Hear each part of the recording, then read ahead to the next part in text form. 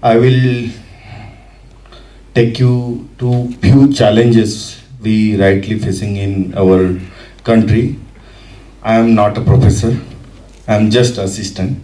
So I have prepared my speech, not like Dr. Mandy. I represent to India, this country full of diversity, but we are the example of unity in the diversity. But still, in nowadays we are facing few challenges. I will just take you through. Won't be able to elaborate it. Now we know we are second largest in population. We are 1.3 billion now.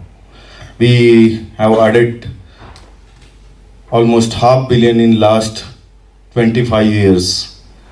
In 1985 we were almost 750 million, but now we are 1.3 billion.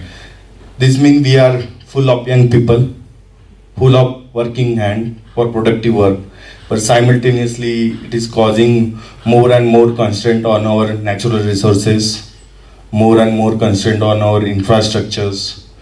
There is rise in unemployment, especially in organized sector, where we mostly seeking the professional job seeker. We called as professional job seeker. There is rise in unemployment, and this is causing some problems at our social structure. Second, health, which is very important to all of us. We are still facing the universal health coverage, what we call health for all. We are still struggling to achieve this goal. We are not able to achieve. Government is running so many policies. They are doing good work at their pace. They are doing their own good job. But still with those efforts, we are still struggling to achieve the universal health coverage. And many of the people are not aware of their health problems. Still, in the 21st century, we still are not aware of health problem. Commonly, example is the breastfeeding, which is most important for infant. But still, many of the imminent mother or the young girls which are going to be mother very soon, still they are not known about their importance of breastfeeding. This was the example. There are many more in this field.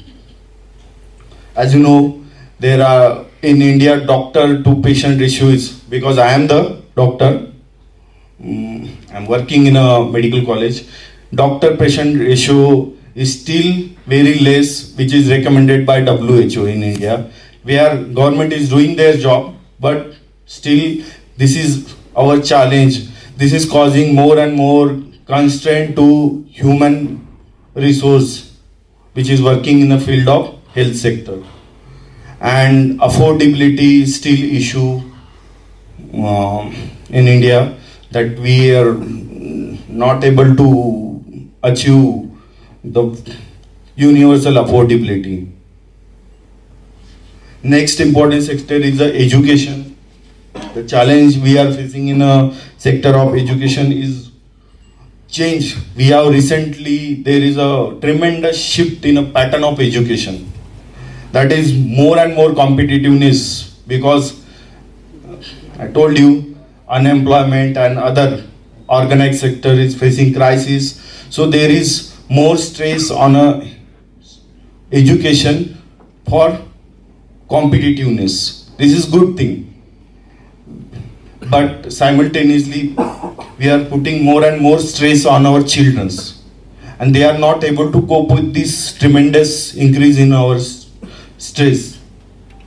And we rightly say there is a more to score but less to learn. Nowadays, education system is little bit biased towards scoring than learning, as it was previously. And there is very less emphasis on physical activity. This is imparting the very sedentary attitude, which is leading to the another secondary health issues, what we called non-communicable diseases in adulthood. And cost of education is rising. Who are representing India and who are living in a metro cities like Bangalore, Mumbai, they know in a better way. Even the state where I stay, it is considered as poor, but still there is a cost of education has gone up in respect to the middle families. And challenges we are facing in a farming sector. That is, this is a basic sector which sustains all livelihood of people in a country. There is tremendous high production cost and more expenses on a seed cultivation, pesticide and fertilizer, and poor facility of food processing is there, less pricing for agriculture product. This collectively lead to the less profit to the farmer, more and more farmer suicide. As many of people who are aware, they must be heard of it, and more migration to the urban center in search of new jobs or new occupation. These are collectively also lead to the poor soil quality and fertility. Lastly, increased pesticides as leading to ill health to common human being in which we are living. Finally, elaborate the challenge we are facing in respect of national security and national integrity. Our country is constantly facing the Naxalism and terrorism. The state I am living is commonly infested with the Naxals, and anyway, day by day there are actively occurring activities related to the Naxalisms. And lastly, there was a Pulwama attack which cost 40 lives of our 40 soldiers. And also very recently our neighbor country do face the similar situation which even cost lives of the 250 precious human beings. Apart from this challenge, there are many more we are still facing in our day-to-day life, and we are fighting against it individually as well as collectively. Thank you.